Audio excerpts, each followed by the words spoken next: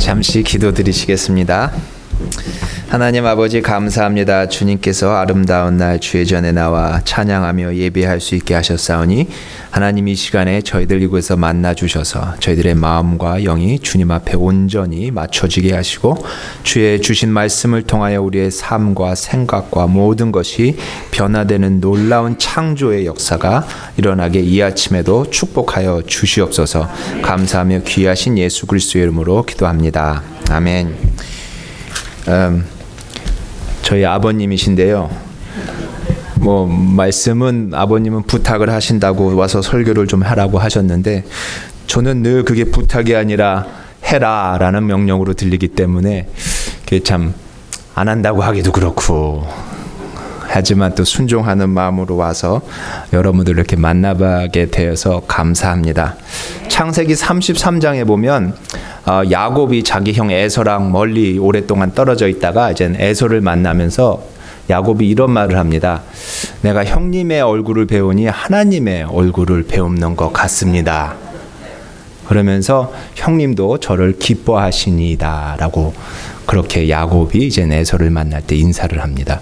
여러분들 옆에 계신 분들, 뒤에 계신 분들 보시면서 자매님, 형제님의 얼굴을 배우니 하나님의 얼굴을 뵙는 것 같습니다 라고 우리 환영하면서 인사 나누시겠습니다.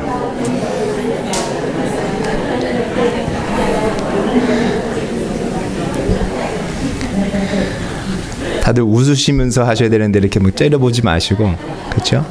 정말 하나님의 얼굴을 뵙는 것 같이 저희 형제 자매님들을 뵐 때에 그런 생각과 그런 느낌이 든다면 참 은혜로운 교회일 줄로 믿습니다.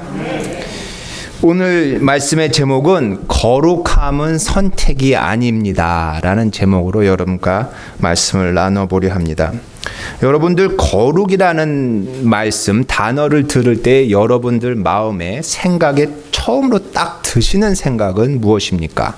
거룩. 대답은 안 하셔도 되지만 여러분들 각자에게 이렇게 떠오르시는 생각이 있으실 겁니다. 거룩 하면 도대체 무슨 생각이 가장 먼저 떠오르는지.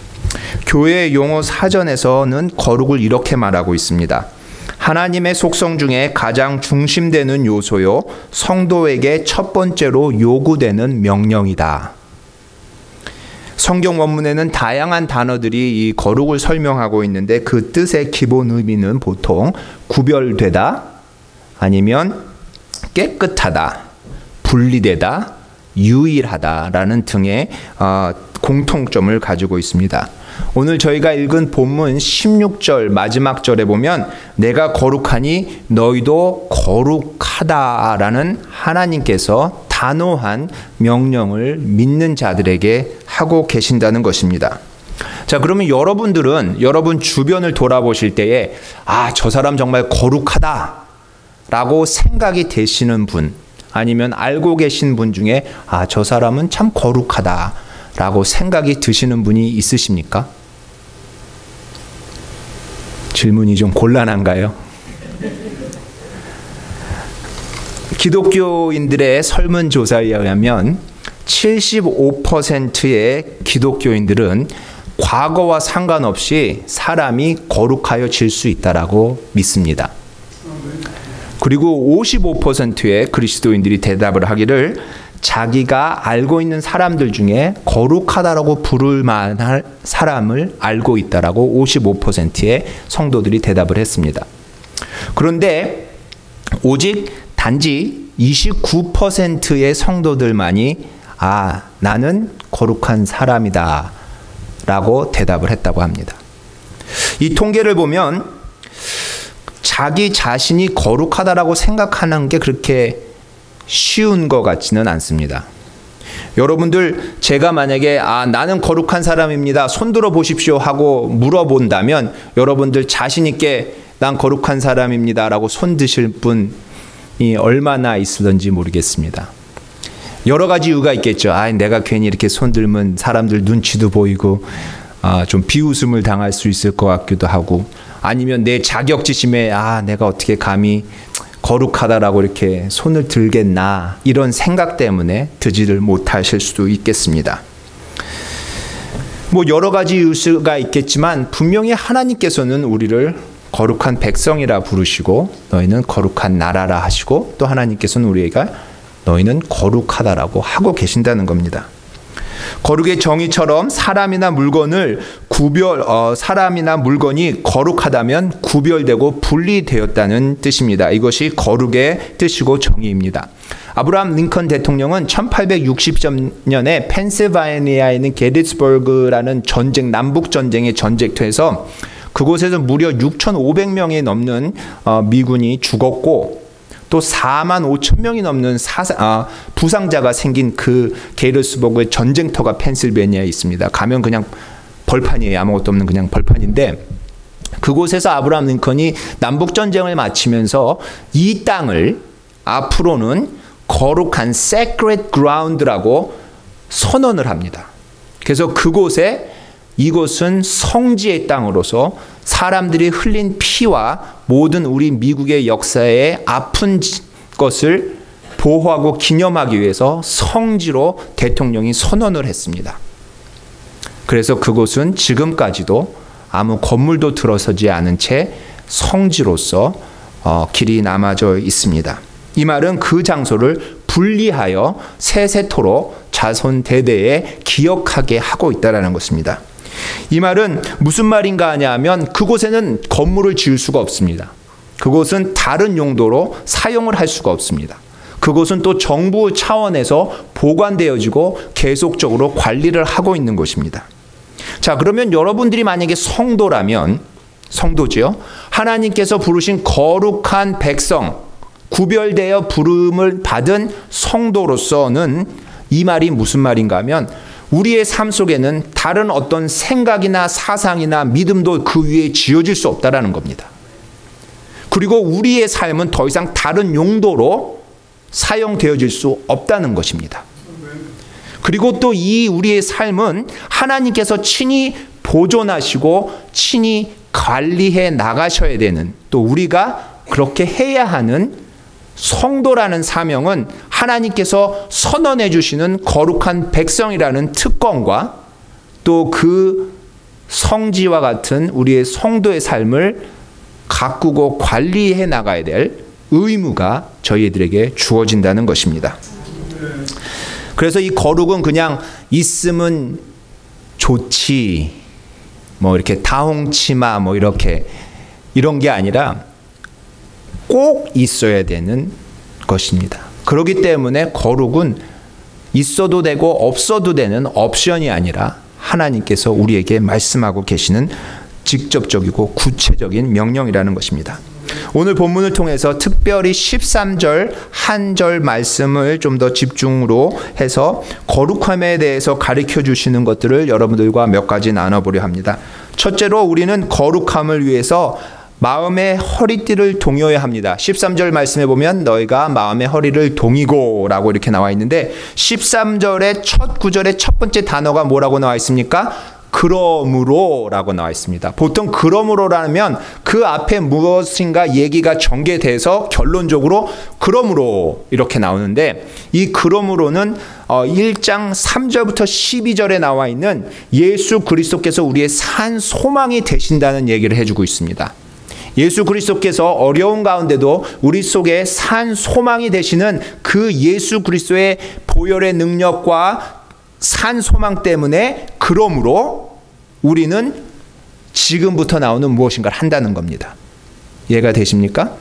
그래서 그러므로 하시면서 하시는 말씀이 마음의 허리를 동여라라는 말씀을 하고 계시는데 도대체 이 마음의 허리를 어떻게 동일까요? 이게 좀 표현이 재밌죠. 마음의 허리가 있는지 없는지 그거를 참 증명하기가 쉽지가 않습니다. 베드로는 이 행실에 거룩한 자가 되기 위해서 14절에 베드로가 행실에 거룩한 자가 되라고 나오는데 행실에 거룩한 자가 되기 위해서는 마음의 준비가 먼저 되어야 한다는 것을 강조하고 있는 것입니다. 많은 영어 성경에 보면 이 13절을 어떻게 번역을 해놨냐면 prepare your mind for action이에요. 그러니까는 무슨 행동을 하기 위해서 마음을 준비하라고 영어 번역에는 해놨어요. 근데 이 영어 번역은 헬라어와 조금 더 맞는 의미이긴 한데 조금 달라요. 한국 성경에서는 제대로 헬라어와 같은 의미로 번역을 해서 한국 성경에는 마음의 허리를 동이라고 그랬어요. 헬라어에 쓰인 이 말씀이 허리를 동이다, 띠를 띄우다라는 의미가 더 많이 있거든요. 그래서 한국 성경이 오히려 영어 성경보다는 조금 더 번역을 정확하게 더 가깝게 해놓았습니다.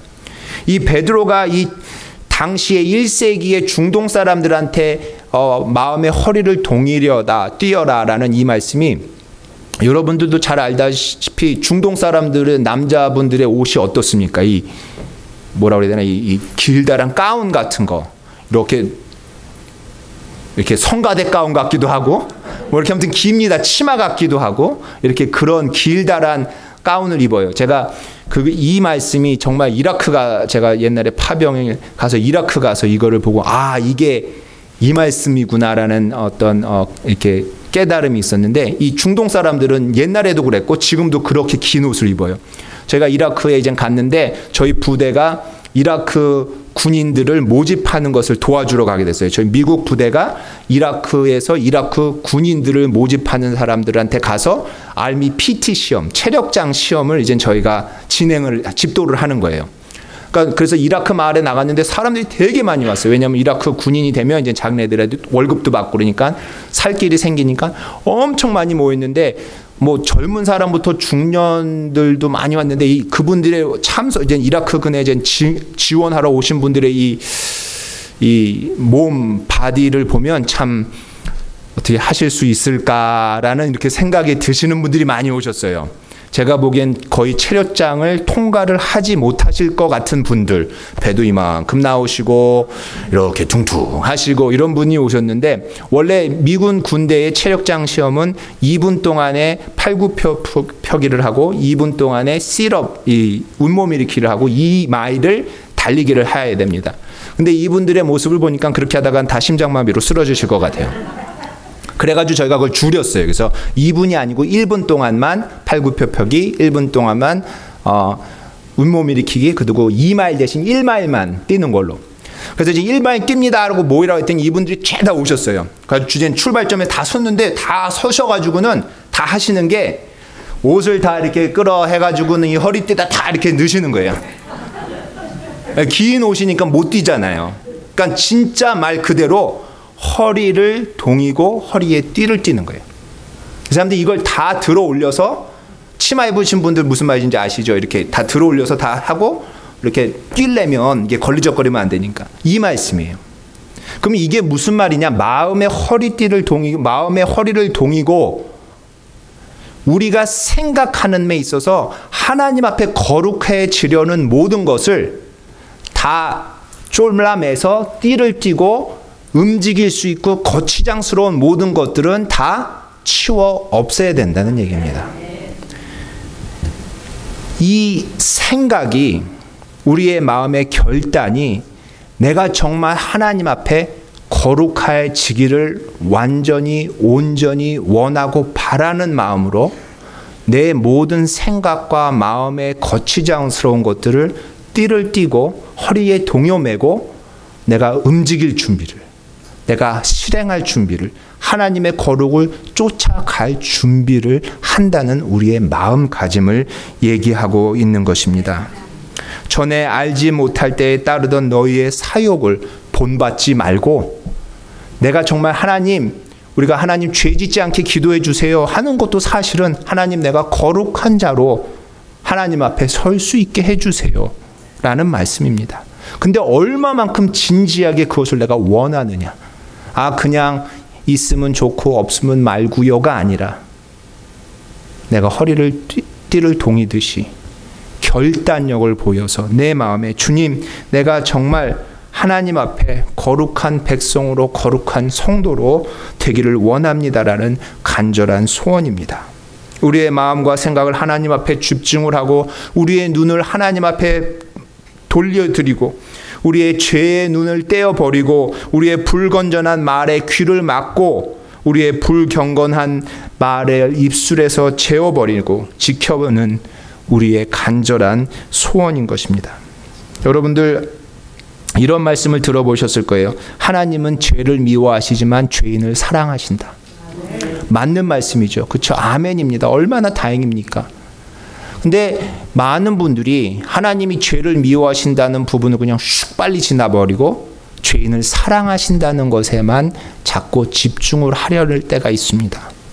그 말은 뭐냐면 이 앞에 부분을 자꾸 그냥 간과하고 그냥 소홀히 지나가 버리면 하나님께서 우리의 거룩한 삶을 통해서 기뻐하신다는 걸 자꾸 잊어버리는 거예요. 하나님이 죄를 미워하신다면 우리의 삶은 죄 속에 묻어 살아서는 안 되는데 그래도 괜찮아. 왜냐하면 하나님은 죄인을 사랑하시기 때문에 이렇게 하고 자기를 합리화시키는 겁니다. 그렇기 때문에 우리는 하나님 앞에 힘써 거룩하게 삶을 살기 위해서 주님 앞에 우리의 마음을 띠를 띠고 나아가시는 것이 중요합니다. 마음의 결단입니다. 사사기서에 보면 사사기 마지막 절에 보면 21장 25절이 마지막 장이고 마지막 절인데 여기에 이렇게 나옵니다. 그때에는 이스라엘 왕이 없으므로 사람마다 자기 소견에 옳은 대로 행하였더라. 이게 무슨 말이냐면요. 왕이 없으니까 내가 보이는 대로 한다는 거예요. 근데 우리는 누가 왕입니까? 나의 예수 그리스도가 왕이신데 내 보이는 대로 하면 안 되죠. 그렇기 때문에 마음을 준비하는 것이 중요합니다. 두 번째로 우리의 거룩함을 온전히 근신함으로 하여야 합니다. 13장에 보면 그러므로 너희 마음에 허리를 동이고 근신하여라고 나와 있습니다. 이 근신하여의 뜻은 몸가짐이나 행동을 삼가하는 것입니다. 말이나 행동에 삼가고 조심하는 것, 잘못에 대해서 뉘우치면서 언행을 조심하는 것을 근신한다라고 얘기합니다. 여기에 근신이라고 번역된 헬라어에는 명사가 아닌 동사입니다. 역시 행동이 따르는 동사로 쓰여지고 있는데 행동을 가리키면서 이 본뜻은 술에 취해 있지 않은 상태를 얘기합니다. 그러니까 온전한 정신이죠. 온전한 정신으로 술에 취해 있지 않아서 내가 내 몸을 가눌 수 있는, 내가 내 언행을 삼가할 수 있는 이런 상태입니다. 근신이라는 것이. 그래서 우리가 술에 취하면 이 자제력이 없어지죠. 그래서 몸에 컨트롤도 못하기 때문에 음주운전이 위험한 거죠. 이렇게 생각에는 내가 저거 피할 수 있었는데 생각과 몸이 따로 가는 거거든요. 그래서 음주운전이 위험한 거고, 그래서 취해 있을 때는 우리가 어떤 자제력이나 결단력이나 우리 몸을 가누지 못하는 거란 말이죠. 그래서 이것은 또 운동선수들에게도 적용이 됩니다. 운동선수들이 경기에 임할 때 집중하고 근신하여 자기들의 행동을 삼가서 말도 삼가고 행동도 삼가서 경기에 임할 때 온전하게 임할 수 있는 이 자세를 말하기도 합니다. 저희 딸이 여기 와 있긴 한데 우리 딸내미가 한 5, 6살쯤 됐을 때예요. 이제 그 부대에서 이제 MWR에서 이 꼬마애들 축구 이렇게 하는 이 활동이 있어요. 그래서 또 딸이 하니까 제가 또 아빠가 발렌티어 하겠다고 가서 이제 그 축구 코치 한다고 제가 이제 가서 발렌티어를 해서 이제 그 5살, 6살짜리 애들 이렇게 축구하는 데 가서 뭐 축구 실력은 없어도 뭐 걔네들 코치하는 건 사실 별 문제가 없으니까 같이 가서 했어요. 근데 얘가 이제는 축구를 하는데 보니까 우리 딸내미가 축구하다 말고는 중간에 그 잔디밭에 앉아가지고는 풀 따고 있는 거예요. 지만 따는 게 아니고 지 친구도 끌어다가 같이 그냥 풀 따가지고 뭐 꽃 따가지고 이러고 막 만지고 있는 거예요. 그래서 제가 신비야 정신 차려. 이러면 공이 이제는 공격 저쪽에서 오잖아요. 그럼 얘가 정신을 차리고 공이 오면 수비를 하는 애니까 가서 공을 막아야 될 거 아니에요. 근데 공이 오는데 도망을 가요. 꽃 뭐 이렇게 잔디 만지고 뭐 꽃 하다가 공이 오면 또 도망가고. 이게 애들이니까 사실 되게 귀엽잖아요. 그래서 뭐 너무 귀여운 모습이라 제가 늘 생각이 됩니다만, 근데 이 그리스도인들이 성도님들이 그러면 사실 귀엽지 않거든요. 사탄이 공격을 하러 오고 우리가 주님을 섬기는데 딴짓하고 있다가 사탄이 또 공격해 오면 가서 싸워서 대적하는 것이 아니라 도망을 가요. 그리스도인들이 경기에 임하는 운동선수처럼 싸움을 맞이하는 이 영적 전쟁을 치러야 하는 성도로서 거기서 풀 뜯고 있으면 안 되죠. 사탄이 오면 도망가면 안 되지요. 주 예수 그리스도의 이름으로 나가 싸워야 되고 그 거룩을 포기하지 않기 위해서 근신하여 깨어 있어야 되는데 애들이 그러는 건 귀엽지만 성도가 돼서 그러는 것은 비참한 거죠. 우리 하나님께서 값없이 주신 은혜기는 하나 우리가 그 주신 은혜를 값어치 없이 써서는 아니 되는 거죠. 값없이 받았다고 값어치가 없는 것은 아닌데 값없이 받았다고 내가 내 돈 내고 밥 안 샀다고 아까워하지 않고 내가 내 돈 내고 뭘 사지 않았다고 괜찮아가 아니라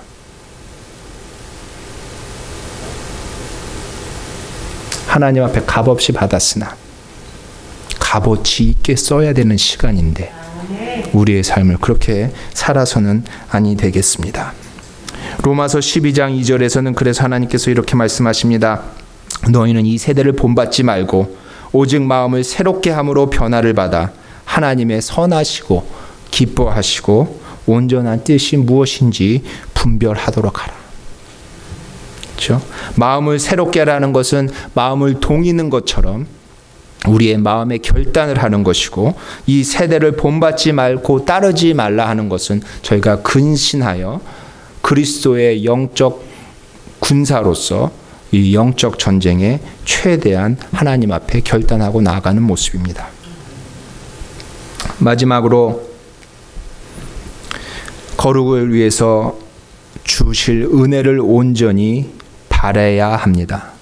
13장 마지막에 보면 예수 그리스도께서 나타나실 때에 너희에게 가져다 주실 은혜를 온전히 바랄지어다. 우리의 거룩함은 주 예수님의 은혜에 근거한 것입니다. 그 은혜로 말미암아 거룩하지 못한 저와 여러분들이 하나님께서 너는 내 택한 백성이요 거룩한 나라라고 우리를 성도라 불러주셨습니다. 그런데 이미 그렇게 불러주셨음에도 불구하고 13절에 보니까 예수 그리스도께서 나타나실 때에 너에게 가져올 미래형이겠죠. 은혜를 온전히 바라라. 하나님 은혜 벌써 주시지 않으셨습니까? 하나님 벌써 저희를 거룩하다 하지 않으셨습니까? 그런데 아직도 하나님께서 이 말씀을 통해서 가져올 은혜를 온전히 바라고 달려가라고 하십니다. 이것을 저희는 이미지만 아직 already but not yet 받았지만 아직 완성되지 않은 것도 아니지만 아직 우리에게 손에 쥐어지지 않아요. 완성은 됐음에도 불구하고 아직 아니라는 거예요. 베드로전서 1장 18절 우리가 읽지 않은 그 본문 뒤를 보면 내가 알거니와 너희 조상의 유전된 헛된 행실에서 구속된 것이 은이나 금같이 없어질 것으로 된 것이 아니요 오직 흠없고 점없는 어린 양 같은 그리스도의 보배로운 피로 된 것이라. 그는 창사전에 택하심을 받았으나 이 마지막 때에 너희를 위하여 나타나신 바 되었느니라. 그를 죽은 자 가운데서 살리시고 영화롭게 하신 하나님을 그로 말미암아 믿으니 그러므로 너희는 믿음과 소망에 하나님께 있느니라. 우리가 그 은혜를 하나님이 주셨기 때문에 앞으로 다가올 은혜에 대해서 믿음과 소망을 가지고 사는 것입니다. 베드로 전서는 여러 가지 역경 중에 고난과 역경 중에 거룩함을 저희들에게 말씀하여 주고 있습니다. 베드로전서에는 이렇게 역경 고난 당하는 것도 거룩함에 대해서 이렇게 강조하는 이유가 있어요. 베드로전서가 쓰였던 1세기에 주후 64년에 로마시에 불이 났습니다. 로마의 화재가 일어나서 로마를 다 태웠는데 실제로 역사학자들이 보는 모든 증거나 잠정적 자료를 보면 이 불을 로마 황제 네로가 직접 로마에 불을 질렀다는 거예요. 그래서 로마 군인들이 불을 방화하고 끄려는 것도 다 못하게 오히려 하고 그렇게 로마시가 다 탔어요. 민심이 흉난해졌을 거 아니에요. 시가 다 탔으니까. 그리고는 이 로마 황제 네로가 희생양을 찾습니다. 누군가를 이제는 책임을 물어야 될 거 아니에요. 불이 탔으니까. 그리고 그때 이 희생양이 된 것이 그리스도인입니다. 그래서 로마 시대의 박해가 시작이 된 거예요. 크리스찬들에 대한 박해가. 이 박해가 시작된 이때에 베드로가 이 말씀을 쓰면서 베드로서 1장 6절에 보면 이렇게 나와 있죠. 너희가 이제 여러 가지 시험으로 말미암아 잠깐 근심하게 되지 않을 수 없으나 오히려 크게 기뻐하는도다. 왜냐하면 로마에서 정부적인 탄압이 시작이 돼서 그리스도인들이 공격의 대상이 됐기 때문에 여러 가지 시험이 닥치지만 우리 그리스도인들은 그 역경도 오히려 기뻐한다라는 것입니다.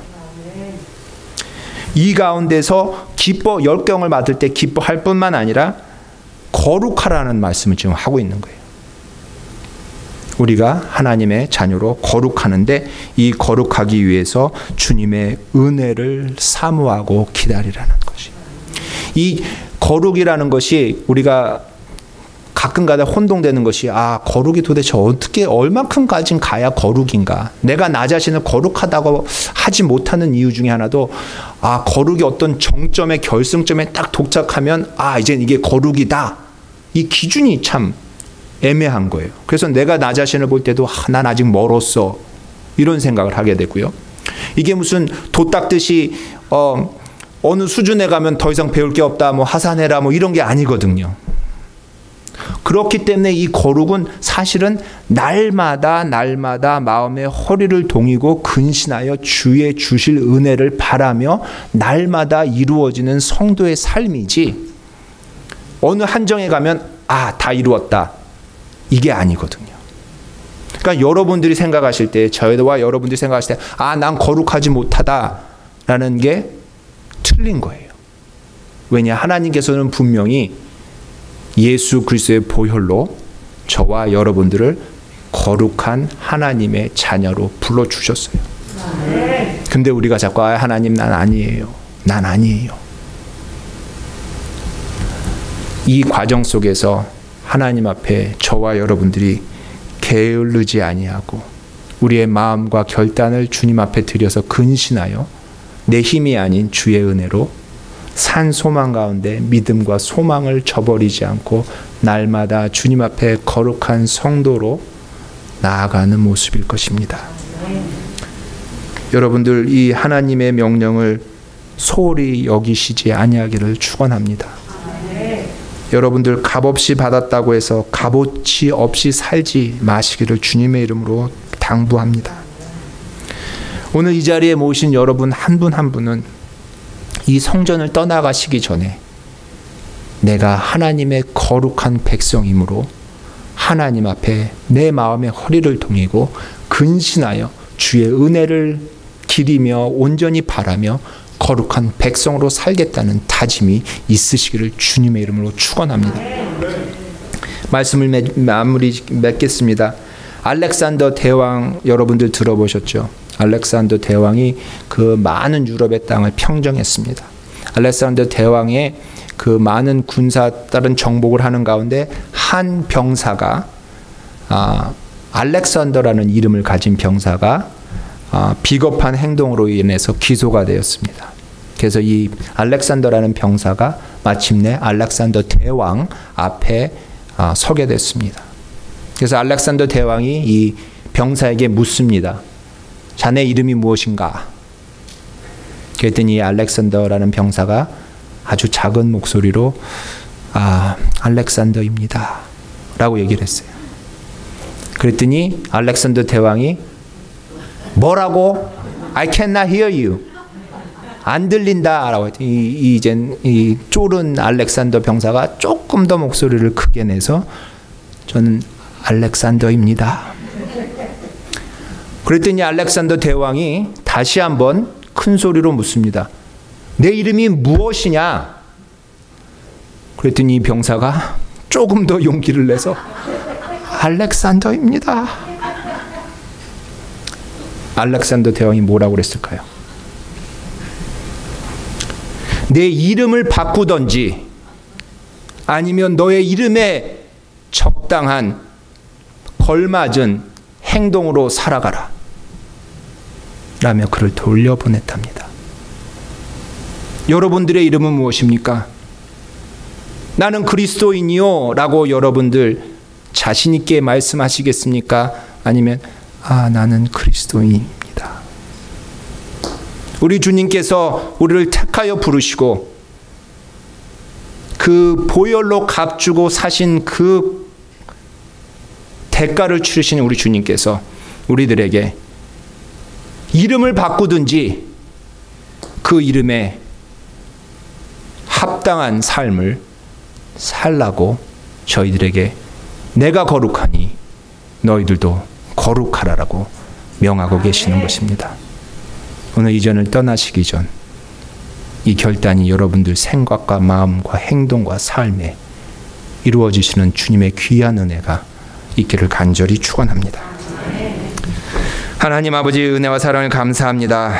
정말 우리들의 모습을 볼 때 어찌 감히 우리가 거룩하다 하겠습니까? 하나님, 구원받은 것도 내가 잘해서 된 것이 아닐진데 거룩한 것은 저희가 잘해서 되는 것이겠습니까? 구원도 주님께서 값없이 주신 은혜일진데 주님이 거룩도 주님이 주시지 않으시면 주님, 우리는 연약하여 주의 은혜 아니면 할 수가 없습니다. 하지만 하느님, 이것이 우리의 핑계가 되지 말게 하셔서 우리의 마음의 허리를 동이고 우리가 근신하여 주의 은혜를 온전히 바라며 주님 우리에게 주신 그리스도인이라는 이 영화로운 이름에 합당한 걸맞는 삶을, 사고방식을 가질 수 있도록 주님 이 시간에 저희들에게 용기를 허락하여 주시고 성령의 능력으로 임하여 주시옵소서. 아버지, 이제후로는 나는 그저 연약한 죄인이라 아무것도 할 수 없어요 라는 것이 아니라 나는 부족하나 우리 주 예수 그리스도의 공로에 힘입어 주님, 나는 거룩한 백성이요 하나님의 부름받은 자녀요 구별된 자요 거룩한 나라요 왕같은 제사장이요 라는 확신이 우리들 마음속에서 떠나지 아니하여 주님 부끄럽지 아니하게 자신 있게 대답할 수 있도록 붙잡아 주시옵소서. 감사하며 귀하신 예수 그리스도의 이름으로 축복하며 기도합니다. 아멘.